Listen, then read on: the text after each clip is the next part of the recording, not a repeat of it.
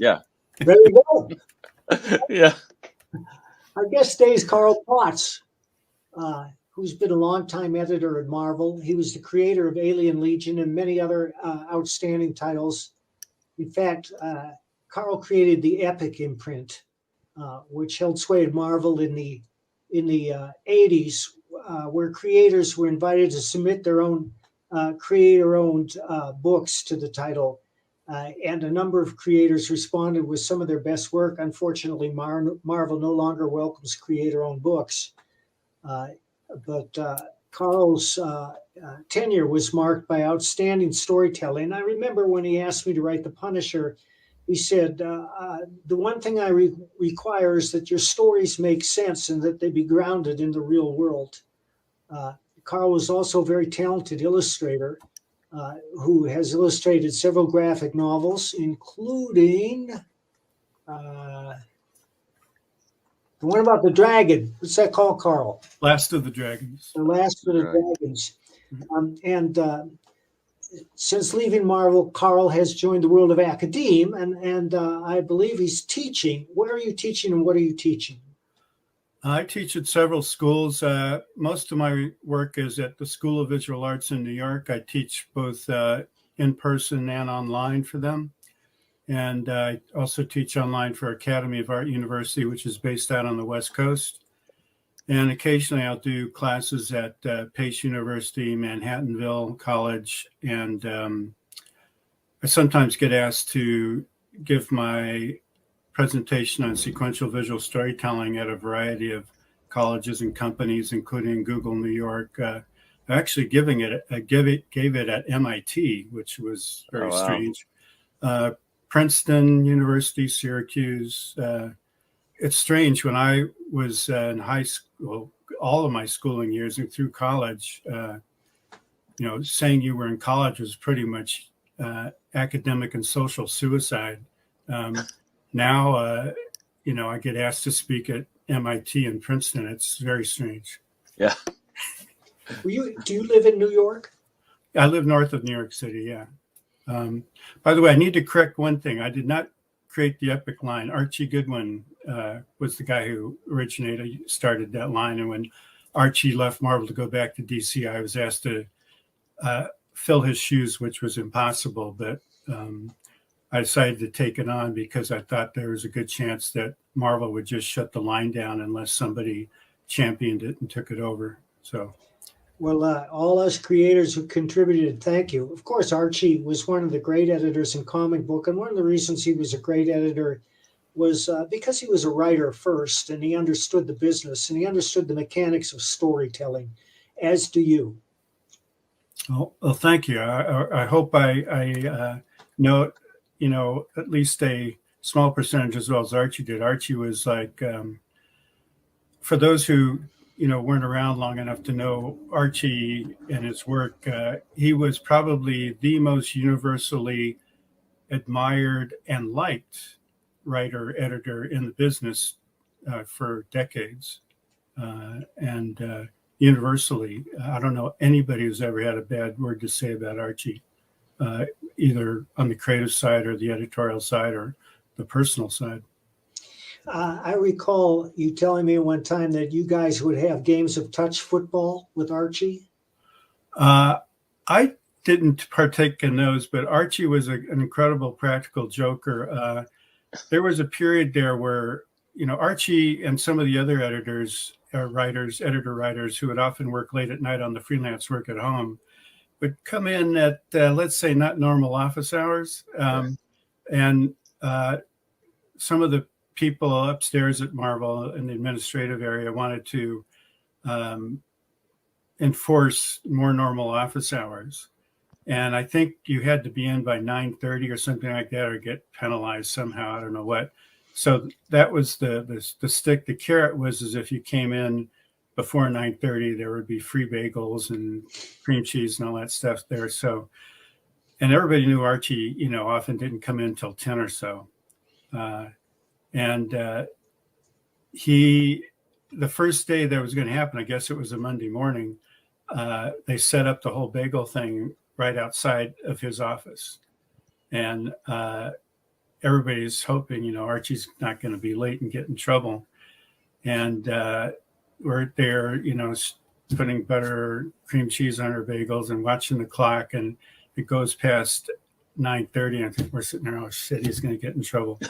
And right after 9:30, the office door, Archie's office door opens, and he yawns and stretches in his pajamas in the doorway. He got in super early that day just to pull that joke off. That's the kind of guy he was. And anybody who's interested in Archie's writing, I would recommend the Manhunter book he did with Walt Simonson. Classic stuff. That was just, I remember when that first started being serialized in it was like a giant sized dollar book or something DC was doing. They were having a lot of reprints in the back of that thing. And they had like one new Batman story and then the Manhunter backup. And I paid whatever the outrageous amount of money was for that thing, just for that Manhunter backup every month. Wow. It was great. Now, Carl, you started out as an artist. Yeah. Do you still draw?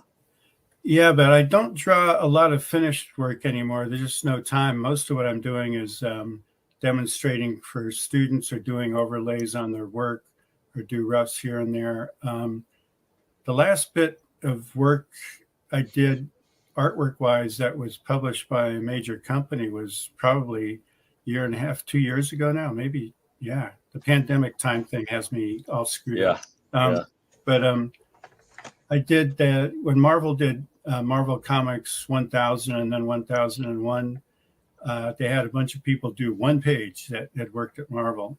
And they asked me to do a single page. So I wrote, penciled and inked a single page of the alternate origin of Peter Parker that went with a what if story I'd written shortly before that on what if Peter Parker had become the Punisher. They presented me with this concept and asked me to write a story around it. So I came up with the idea that in this alternate universe that the spider that bit Peter in that radioactive lab was a thing called a false widow spider, which is I think in the UK and Europe. And it's toxic. And on the back of the abdomen, it has these markings that often look remarkably like a skull. And so I have that be the spider that gets irradiated and bites Peter. And that, with the toxic effect, alters his personality a bit than it normally would have been, making him much more violent prone for a while anyhow. That's so cool. I have follow-up story ideas for that if Marvel ever decides they want to do that. I've put that bug in their ear. You must have heard of Jerry Conway's recent comments regarding the Punisher.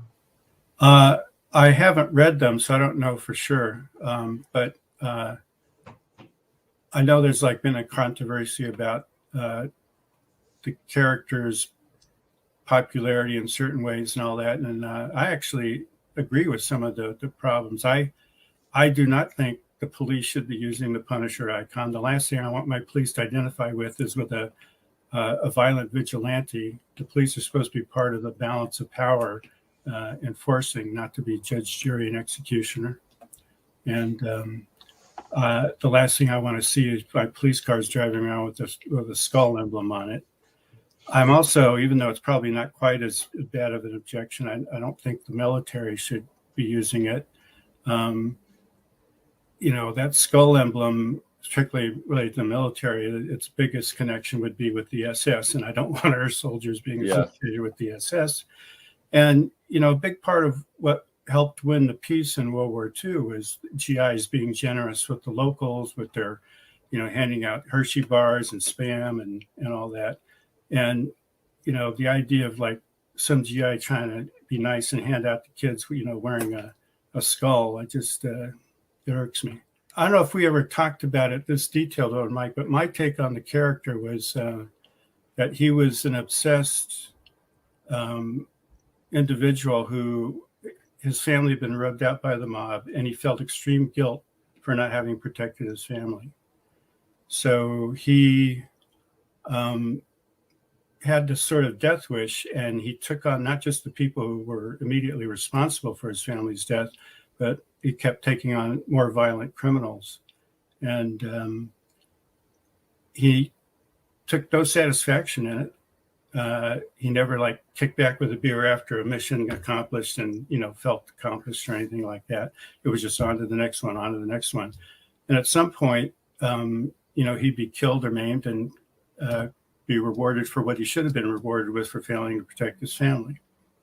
And he usually denied himself any personal interactions with others, because on the few times he would do that, inevitably they would meet a horrible fate because their association with him. And it was like a cathartic, ride for viewers, because the character got to do things that we can't do in real life, which is, go after some of these violent criminals that somehow escape the justice system and things like that. Never thought that anybody should ever emulate this character in that way, shape, or form, any more than I thought a kid should, tie a towel around their neck and jump off the roof and think they're Superman. But once in a blue moon, I'd get a letter from someone saying, "Oh, I love the Punisher. I want to be just like him." And I'd roll my eyes, and I'd stop whatever they're doing. I'd write them back and explain to them that this is a miserable human being who hardly ever solves any problems. More often than not, he just gets involved with or perpetuates or starts ongoing cycles of violence. He takes no joy in life. Anybody he gets close to is usually not long for this world. Why on earth would you ever want to be like this character? And what worried me is that, for every person that wrote in that said something like that, how many others had a similar feeling but did not bother to write in. Right. So that's one of the reasons I tried to make the books, anything I wrote or drew or edited, I tried to make sure they didn't glorify or make it seem like this is someone to be emulated. I never had to really talk to you about that, Mike, because that seemed to me you did that naturally.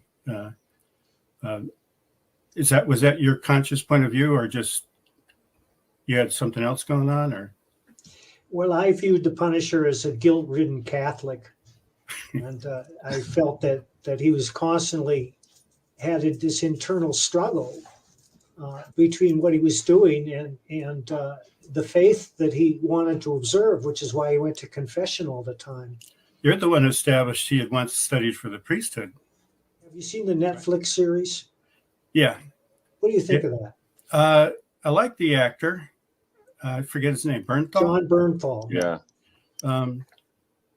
I like certain aspects of it. They have him do some things, though, that I don't care for. Like when he was guest starring initially, I think in Daredevil, they had a sequence in there where he's running through a hospital blasting away with a shotgun, and the version of the character I would have done wouldn't have done that. And then there's a scene where he's like got Daredevil chained up on a rooftop and interrogating him, and the building superintendent is trying to get up there, and he's on the other side of the door with the Punisher, and the Punisher's got his gun drawn ready to shoot this guy if he insists on coming through the door. And the only reason he doesn't, apparently, is when he finds out that this guy was a former Marine. And I thought, Jesus, so that's what it takes for you to not shoot this guy. That's not the character, I wanted to do. So there are some things like that would bother me. But all in all, I thought it was a really good, interesting show and take on the character. The one of the seasons, the last episode of one of the seasons, where they're reliving what happened at the carousel before got slaughtered. Actually got asked to be an extra on the set there, and I was there all day shooting over and over, but I ended on the digital cutting room floor. I never was in there. And were they filming in New York? Yeah, it was supposed to be at the Central Park carousel, but it was some carousel way out in Queens somewhere. And they had they'd put up these magnetic flexible signs that said Central Park Carousel or something on it. And if the wind blew too hard, the corner of the magnetic sign would flip up. Oh, wow. And there was a snack hot dog stand there And on the side that was facing the cameras, they changed all the prices to reflect more like a couple of decades ago prices. But if you worked around to the other side, the working side, you could see all the real prices. That's funny. It was pretty good.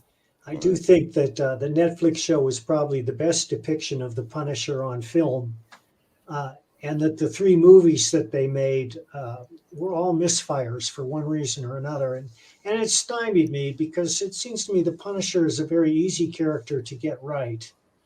I agree. Well, you know, it's weird. I do agree, but I also think it's strange because he's basically almost a 2-dimensional character, not a 3-dimensional character. Right. And ironically, that's harder to screw up a 2-dimensional character than it is a 3-dimensional character. Yep. And I think in the movies, that first one, the original script was much better than what showed up on screen. It was written by Boaz Yakin, who I have a lot of admiration for. Oh, I know Boaz. Yeah. And it was rewritten. You know, a new director came in, it was rewritten and all that. And, you know, the idea of Dolph Lundgren just didn't sit with me. And it was filmed, I think, in Australia for budgetary reasons. And you're supposed to be like sitting on a motorcycle in Coney Island and there's palm trees in the background. But it just, the one, I forget the name of the main heavy in there, that actor. He was the only really good one in there. Second one, Thomas Jane, I like him. He's an excellent actor. But that movie made no sense whatsoever. No, it didn't. There's no internal logic in that film. There was problems with that last one too. I like that actor. He was from Ray Stevenson. I thought he was the best of the Punishers. He was in Rome, right? Yes. Yeah. But it's like, you know, he's living in the subway in this area that you're not supposed to be able to get into, and apparently everybody can walk in there whenever they want. Yeah. So, you know, I like stories like Mike said with, you know, strong internal logic that your suspension of disbelief isn't constantly being tested by superfluous bullshit and illogic and so on. I think that's essential to good storytelling. That you have to draw the reader or the viewer in to a point where he believes utterly what he sees, that if it didn't happen, it could happen. I think that's the key to good storytelling. And my taste in cinema these days is I have to believe that this story could happen, but that leaves room for a huge range of movie types. For instance, Aliens. I love Aliens because I believe it could happen. Yeah. Aliens is great. Also, the dynamics of the you know, that group cast in there, that ensemble cast is just awesome. Superb. Yeah. Interest in the Punisher remains high.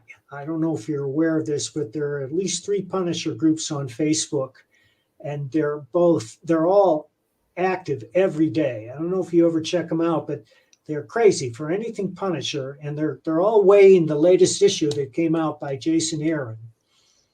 I haven't read it. I didn't read a lot, but I mean, you probably are aware of this, Mike. I'm not sure if the readers were, but there was a period of time when I was editing the Punisher, and then when I was going to write and do the layouts for Punisher War Journal, Marvel had what is normally a very good policy that if you're a staff editor, you can't edit yourself, which I think is a great policy, except that the only editor that had room in their schedule to take on another book was this editor who I felt should never have been promoted to begin with. I thought he was pretty clueless. And initially, I got no feedback at all from him. So I would give my plots to Ralph Macchio, and Ralph was the uncredited plot editor on those stories for me. He challenged me and give me feedback, and I'd go back and forth with him. And then eventually that editor, who was supposed to be the official editor, decided he needed to earn his pay. So he started making changes for the sake of making changes, and 6 of one, half a dozen the other, if you were lucky, kind of changes, and sometimes detrimental ones. And he didn't have like that point of view I was talking about earlier on the character. He didn't have that nailed down. And there were a lot of people doing a lot of Punisher stories there, and the ones that like Mike and Chuck Dixon, who had a good handle on the character. You know, their stories turned out good, and a few other people, but there were others that he let write things in there that I think really took the character in the wrong direction. He basically took a thriving franchise and drove it into the ground. That's just my slightly subjective point of view. Was that the editor who took over for you while I was working on the book? Correct. I was gonna pull us out of that if we didn't. But I will say, and I feel like that this is kind of what you guys did a little bit. But I do like the fact of like viewing him as kind of like more of like a tragic character and more like almost like a Shakespearean tragedy. But it's almost, and this is one of the things that I got as soon as I heard the music in the show, was it was very cowboy music. So it was very much like kind of like a cowboy story and kind of angle that they were going for, that this, you know, terrible thing happened and then he's going to go get all the people. And at the same time too, I mean, it's kind of in a lot of those stories, it's almost like a death wish. Like he's going to take on, you know, he'd take on a whole army if he had to. Very much like Death Wish. It's a cautionary tale about what happens if you let revenge and hate, you know, overtake your life. And that's why I thought it was a cautionary tale, not something to be emulated. So I hear about people thinking they want to emulate that or associate with it. Makes me very, very nervous. I just think some of the people are just thinking strong. Like, I want to be strong, self-sufficient. They're not thinking the deeper. Yeah, but this is kind of crazy strong. This is like going off in loony land. The only time we did at Marvel where we associated with this was the Marvel paintball team. It was the Marvel Punishers. And we would, you know, have like camo versions of the skull on our shirts when we go in there. I still have the patch you gave me. Yeah, there's actually two versions of it. The first one was they did wrong. It was a embroidered patch, and they made it 3 teeth, and nobody has a tooth in the middle. So I made them go back and redo it. So the 3-tooth version is very rare. So if you've got that, Mike, you've got a collector's item. I'll have to go look. We got noticed enough so that when West Point asked a group of teams that played at this field to come play the cadets at West Point, we got asked along. The first game on purpose, just to unnerve us. You know, it's basically a giant capture the flag thing. Yeah. So they didn't even leave anybody at their flag station. They all marched, you know, back or front to back, very close quarters, double time from their end of the field down to our end of the field, took the flag and marched back. Didn't matter how many of them we picked off. They just closed ranks and keep going. And we were just like, holy shit. I remember there was one game where I was the last person on the team left, and all of these cadets are hunting me through the forest. That was one of the most, you know, even though it was paintball, that was the scariest moments I've ever experienced. At one point, I got chased out on this little spit of land into a lake, and there's no place left to go. I got 1 foot in the water and 1 foot on land. There's no place left to go. And I see all this movement in the woods coming at me. And I'm trying to rechange my CO2 pressure real fast. And I just got plastered. But one of the things that was great about playing the cadets is that they were honest, totally honest. Sometimes you play in those public fields, you get people who start walking back to the dead zone after they get with the paint, and they wipe the paint off and they go back. Yeah. These guys, like I would, you know, I'd hear over a bunch of foliage, hear them on the other side, and I can't shoot through it. So I would just mortar a bunch of rounds in the air and come down, and I couldn't see them, but they were taking themselves out if I hit them. The second time we went back there, a lot of the seniors had graduated and been replaced with plebes, and we would get them to break and run from their defensive positions, which was not something you do if you're a cadet. And I'm sure some of those guys are still doing push-ups to atone for that. But it was a lot of fun. I enjoyed that. Did any of that stuff influence your creation of Alien Legion or anything? No, Alien Legion got started way before that. When I was in my early 20s and trying to break into comics, I would do like a lot of people do. drop sample pages and send them in and, wait to try and get a response. And usually if you got a response at all, it was a form letter months later. Sometimes I'd write a quick little note at the bottom of it. But I was working on 2 stories at one point. One was sort of an all-human Foreign Legion in space.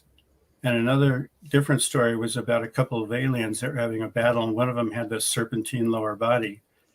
And this is an example I tell my students of creativity is often juxtaposing things that you don't normally think of, whether on purpose or accidentally. But I accidentally knocked all the pages for both of these stories off my bed onto the floor, and they all got mixed up. And as I'm starting to sort them out, the light bulb goes off, and I go, why on earth are all of these guys in this spaceborne Foreign Legion humans? Yeah. And they should be led by this guy with the serpentine lower body.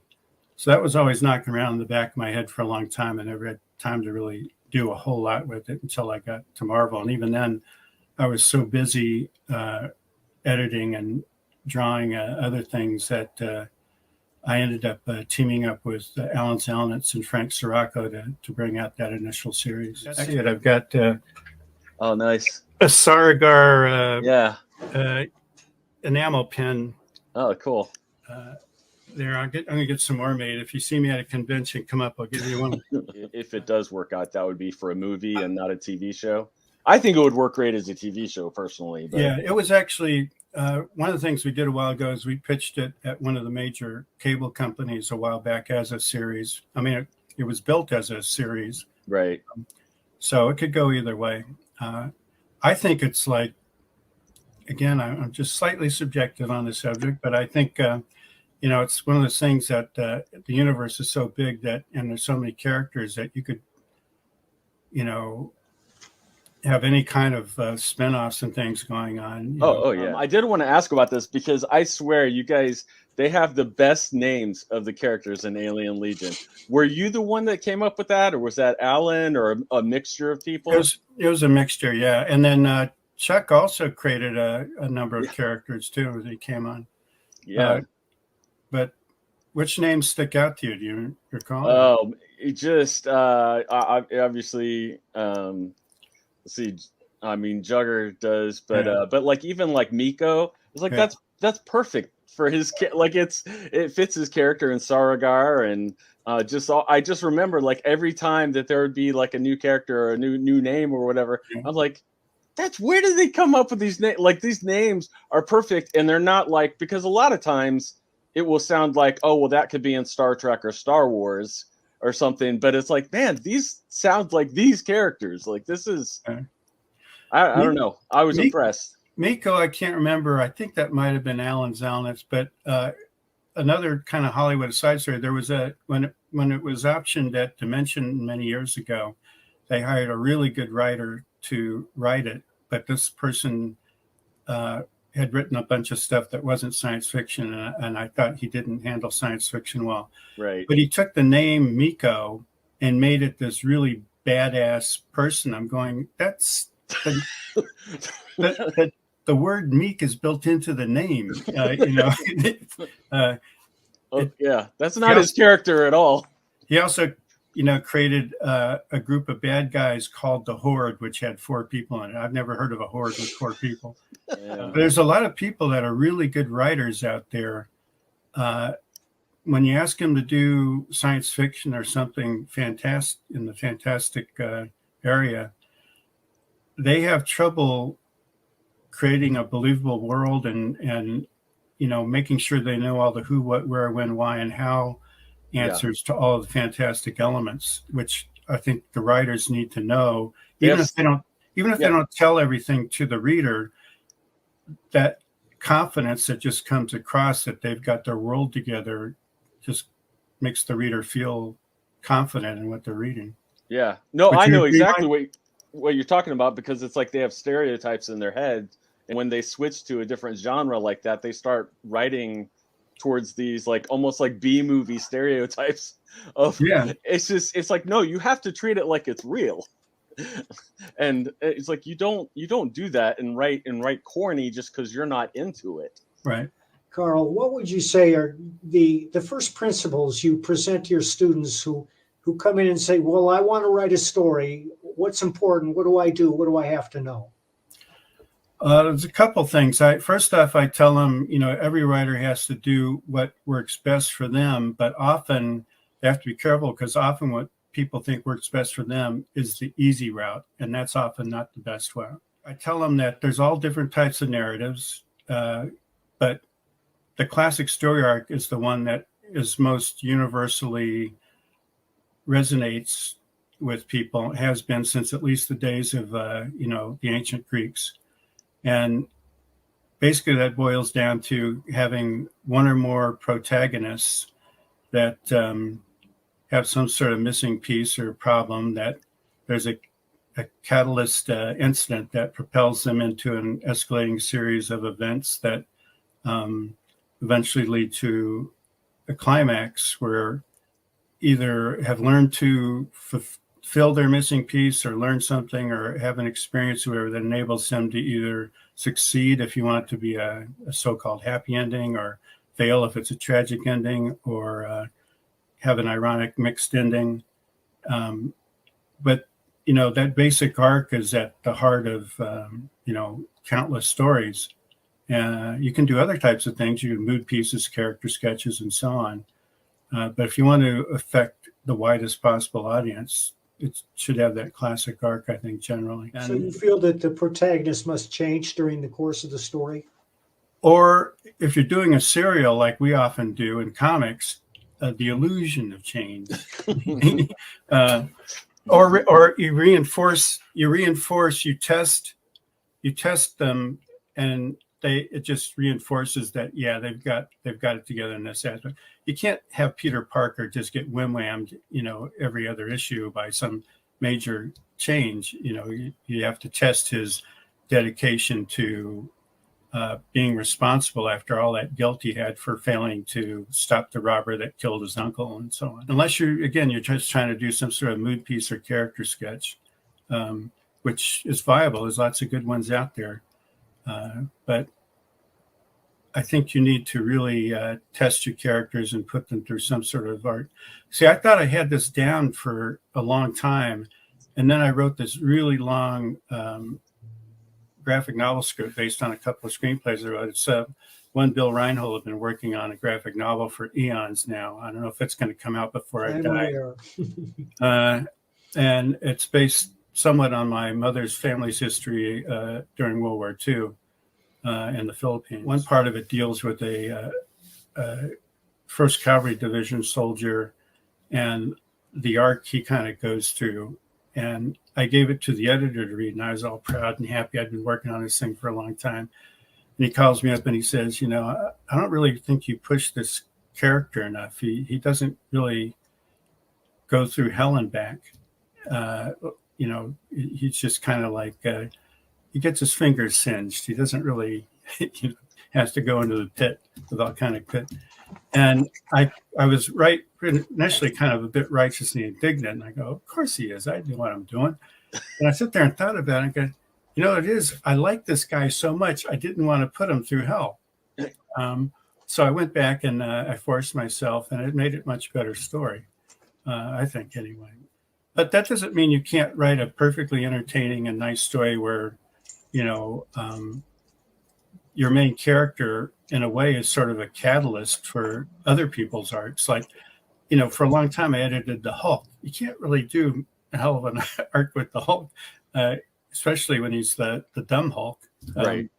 So basically, he would act like as a catalyst for changes or conflict in the guest star characters' stories or whatever. There are some people who can just come up with a story concept or a character and just sit down and they say, like, let the story write itself.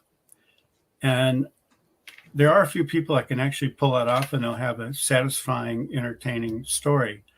But I think the vast majority of people do that are fooling themselves. It usually ends up just like petering out, or if they do, they have to come up with some Deus Ex Machina thing to try and tie it up. Yep. So I believe in trying to, for me and for most of my students, I think it's best to combine both that creative instinct with an intellectual approach. I think if for most people, if they do just one or the other, you can end up with that kind of, meandering thing that doesn't pan out if it's just on your creative instinct. But if you do too much of an intellectual approach where you're slavishly following somebody's beat sheet, you can do something that's, crafted beautifully and be totally sterile and lifeless too. So I tell them to come up with their main character and what that character's, where they start out and where you want them to end up, what their goal is, what their problem is, and that they should have some sort of internal conflict, conflicting goals. Know where you want them to start, know where you want them to end up in the general route, just general, and then write the first draft from your gut. Don't think too much about the classic story arc or anything, because that's built into your head mostly anyway from your years of reading and looking at stuff. But write that first draft from your gut. Don't worry about beat sheets. Don't worry about any of that stuff.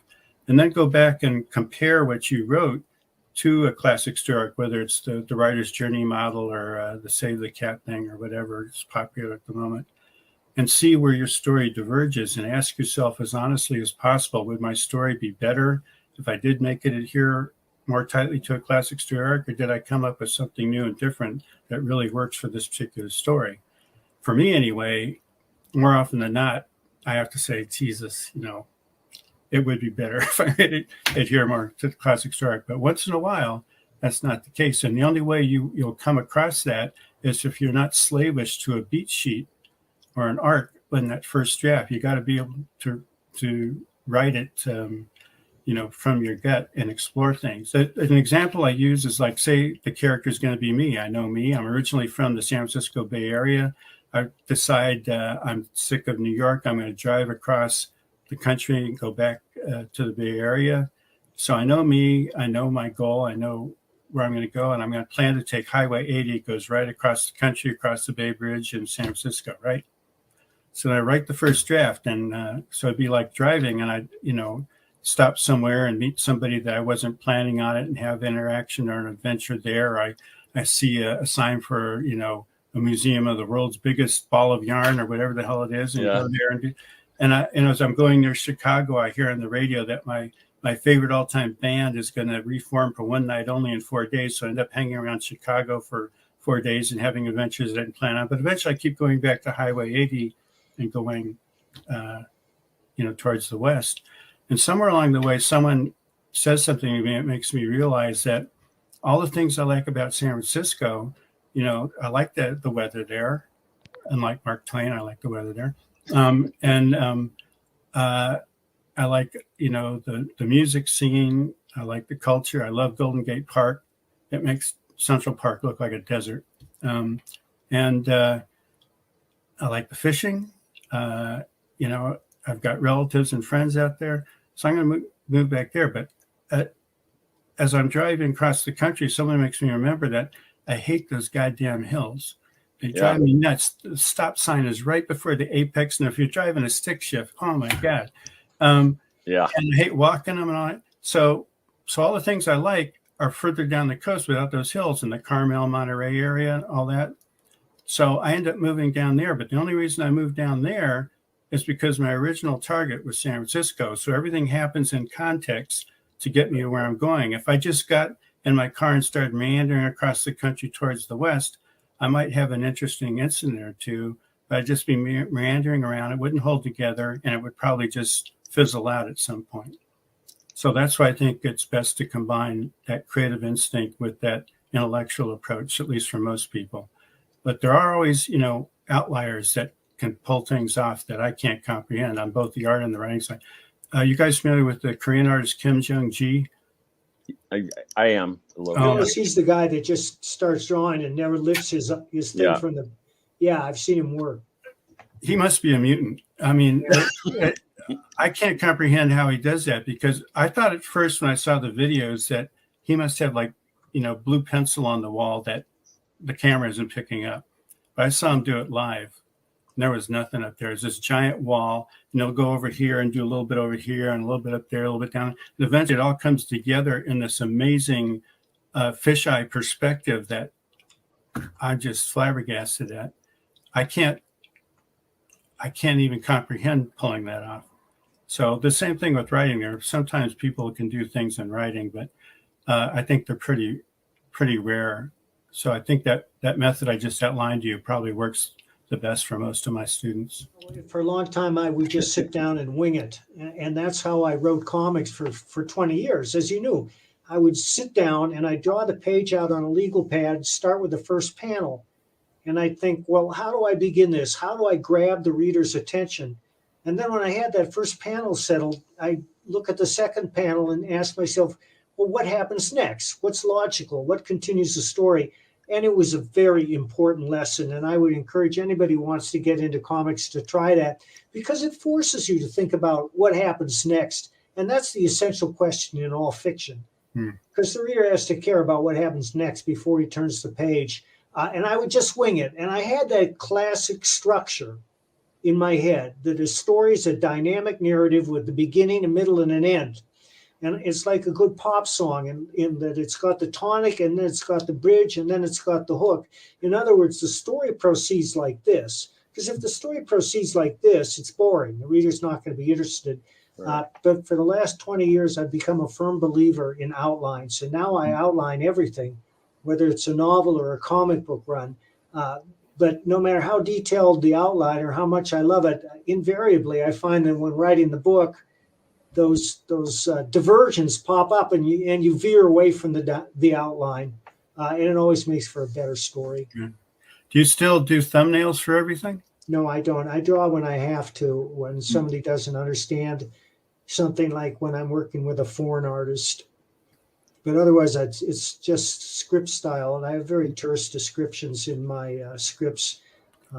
You're the anti-Alan Moore. Yeah.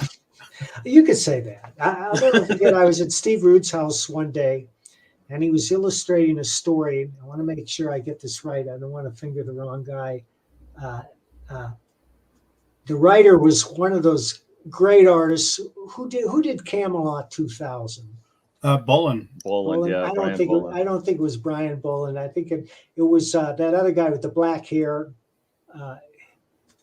And Alan Moore worked with him a lot. And anyhow, the dude was working on this story for him. It was a commission from one of the majors. He says, "Do you want to see a piece of shit? Do you want to see a piece of shit?" And he held up this script that was this thick, and he threw it against the wall. The pages went everywhere. Alan should have learned how to draw so he could just do it all himself. Yeah.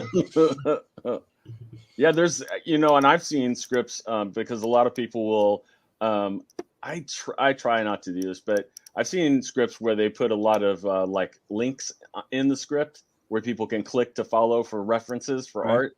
But I mean, I've seen where they have like 200 links like from them to follow on. Like, that's insane. Yeah, I do that, but there's maybe 3 links per script. Right.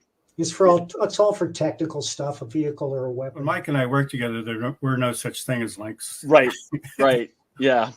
What's I am curious, because I know in your thing you did like it says in your thing that you've kind of mentored a lot of different artists and stuff, which, I mean, many of them are my favorites. And but I'm curious, like, what kind of different, I don't know, advice and different things did you deal with all them? I mean, I will say, I mean, most of them have they definitely kind of developed their own styles and stuff. Yeah, I mean, I like a diversity of styles and approaches, but the constant thing I like is people who are, strong with the visual storytelling. Generally, that's the consistent thing. I like generally clear and compelling visual storytelling. There's sometimes with people that are more design oriented, right? And occasionally they'll do things that, on the storytelling side, which will make me go, "Oh my goodness!" But the page just looks so friggin' good that sometimes I'll turn a blind eye to it for at least some aspects of it. Yeah. Yeah, as far as actual styles go, the people I worked with it's quite a range. People would drive me nuts when they say, "Oh, it's there's a Marvel style," and I go, I've got in my office, Yeah. I've got Sal Buscema, Jim Lee, Mark Badger, June Brigman. Larry Show me where Stroman. the Marvel style is and all that stuff. Yeah. It was, I think it's just one of those things where it's a convenient thing to say sometimes for people. They didn't really think it through. Yeah. It's a little bit more. Not to mention nowadays. Mignola was in there too. Right. Yeah, exactly. Okay, was Larry Stroman one of the ones that had the design stuff that would kind of...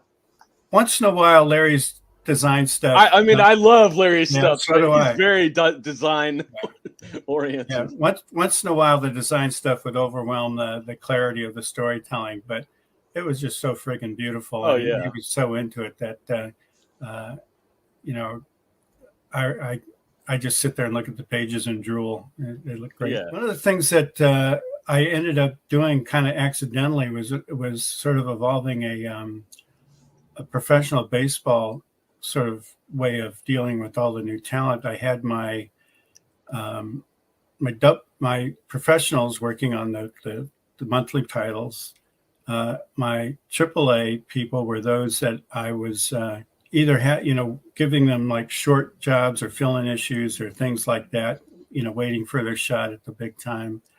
And then the AA people were those that I thought showed talent but needed a lot of work, and I'd assigned them this 6-page story called Double Vision that Tom DeFalco had written.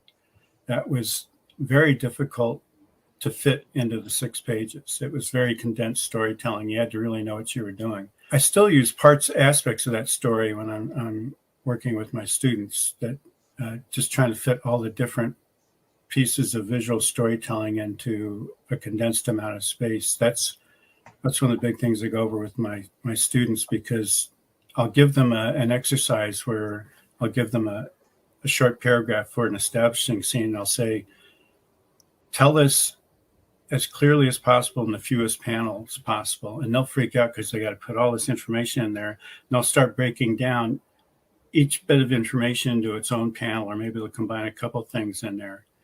And, some will take 7 panels. And I'll show them that it took me a long time to work it out, but I worked it out for 1 panel. The finished thing makes it look easy. It's like it seems self-evident, but I was pounding my head against the wall to come up with this solution over and over again. And that's one of the things, whether you're writing or drawing, visual storytelling, whatever, is that I liken it to being a ballet dancer. A good ballet dancer makes their performance look effortless. You don't see all the practice that went into it. They don't show you that they're landing on a stubbed toe or a twisted ankle or a bad knee. Right. Because if they do, if they start grunting or groaning or limping or whatever, you might have sympathy for them. But they've taken you out of the flow of the story or the narrative or whatever. So if you show you're struggling to tell the story by breaking each little piece down in its own little panel and all that, that affects the reader negatively. Trying to fit a lot of information into a reasonably small amount of space, the reader just picks up on stuff subconsciously that sets them up for what's coming afterwards. And that's not an easy thing to pick up. When I first started professionally, I had no idea what visual storytelling was. I was just, if I drew a figure that I thought came out well, it was going on the panel. It didn't matter if it was what was suited, for it or not. But I got into doing storyboards for New York ad agencies, and that made me have to work fast and tell stories, for 30 seconds very quickly. And I think that was a really good training ground for me. Something that people, anybody who wants to do comics or any kind of storytelling medium, like you have, and writers too. I mean, a lot of times you have a certain time frame that a story has to be in, or a certain amount of pages or whatever, and it's like you have to learn how to communicate what you're communicating, and it's really hard to do if you don't have any idea of like what the structure is and how to do things like that. I did want to ask, because I heard, and I don't know that he does it every time, but I know Chuck Dixon, and I've done this, and I know other people that have done it too. But I know Chuck Dixon for a while was like, he was always, and I'm sure a lot of it was because of he had 3 or 4 books coming out a month, and he's just cranking fast. But a lot of times he was writing the beginning and the end, and then he'd fill the middle in later. Interesting. Well, I think it's, like I mentioned earlier, I think it's important that you know when you start out writing what the beginning is and what you think the ending is going to be. So it keeps you focused, even if you end up, diverting at some point. There are a handful of novelists who never outlined. Elmore Leonard was one of them. So he was the Kim Jong-gi of novelists. Yeah, that's exactly right. Another one is Peter Brandvold, the Western writer. He's probably the most popular Western writer in the world right now.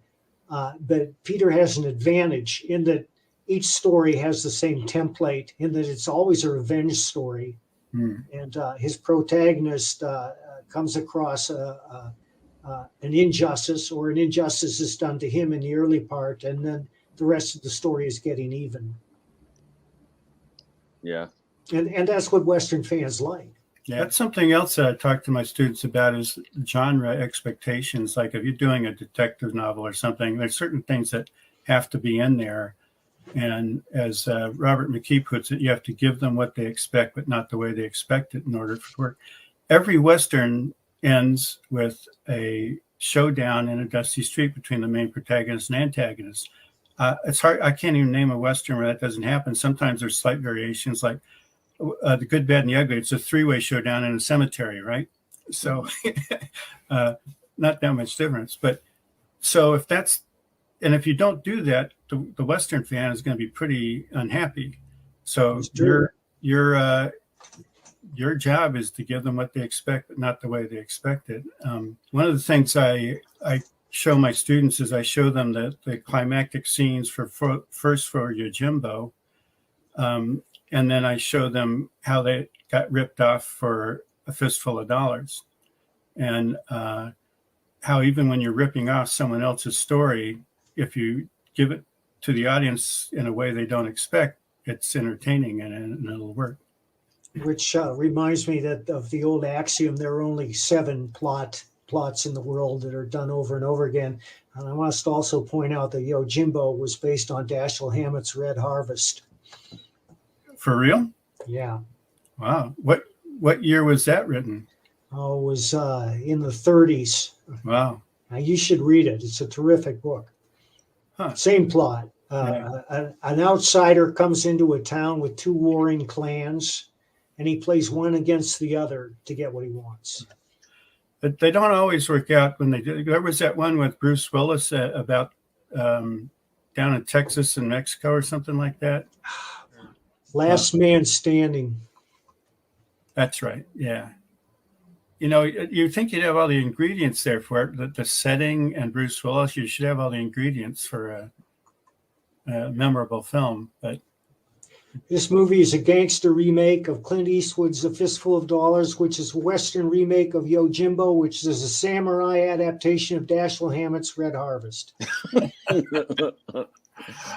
ever look to see if Dashiell Hammett was influenced by anything? Plato. Could have been, but he was kind of an original, and he and Raymond Chandler invented the modern noir detective novel. The other things I talk to my students about when it comes to writing is that at some point, it can even be after you've completed it, your initial story writing. I think it's good to come up with a thematic statement that you think every element within the story reinforces. I agree. And like that one that I'm working on, the World War II one with Bill Reinhold, it's based on a quote that I think it was Churchill's military doctor said, something on the lines of, "War has no power to transform, it merely exaggerates the good and ill that are already within us," which to a certain degree, I agree with, but I still think it's possible to just take, someone who's all goodness and light and just put them through so much crap that they ended up turning toxic. But I get what he's saying, and I think to a large degree, that's what it's about, and that's what the main character in the story goes through.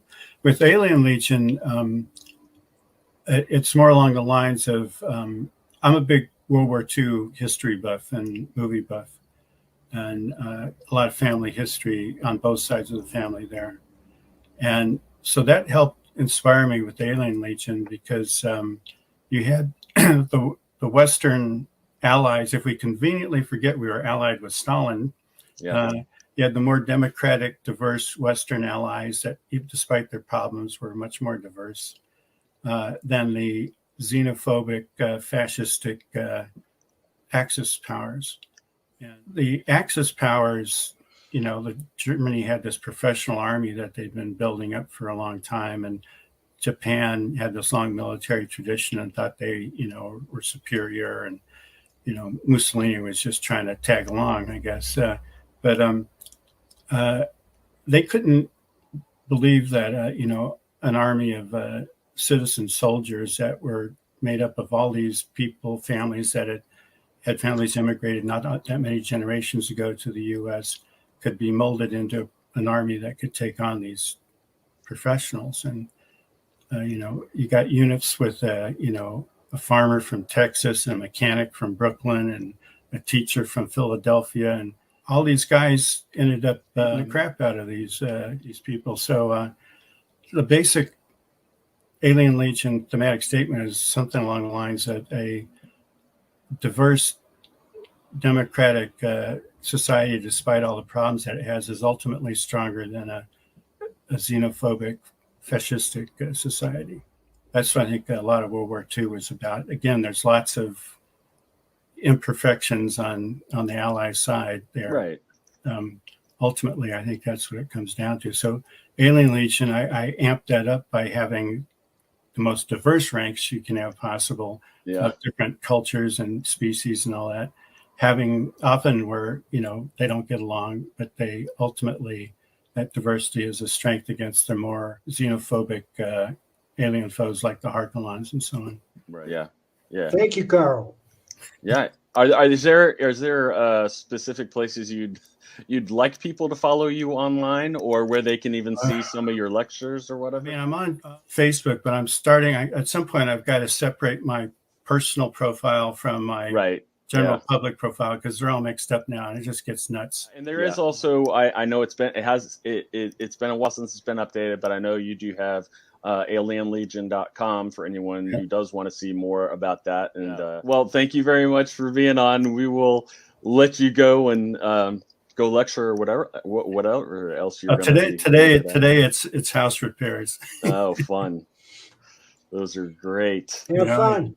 Yeah, especially when the high today is going to be like 45, I think. Oh, Balmy. Nice. Thanks for joining us. It's my pleasure, guys. Take care. Yeah. See ya.